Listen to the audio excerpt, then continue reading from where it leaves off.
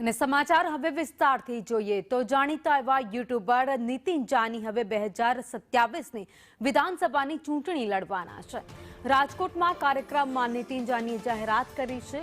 ખજૂરભાઈના નામથી પ્રખ્યાત એવા નીતિન જાની જેઓ હવે 2027ની આગામી વિધાનસભા ચૂંટણી છે તેમાં મેદાનમાં જંપલાવવાના છે તો ભણેલા લોકોને રાજકારણમાં આવવા પણ તેમણે હાકલ કરી છે।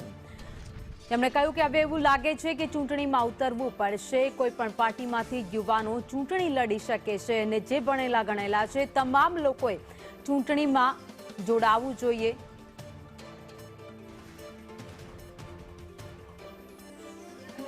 આજે જેટલા યુવાનો છે તમામ લોકોને કહું છું કે 2027મું ઇલેક્શન આવે છે।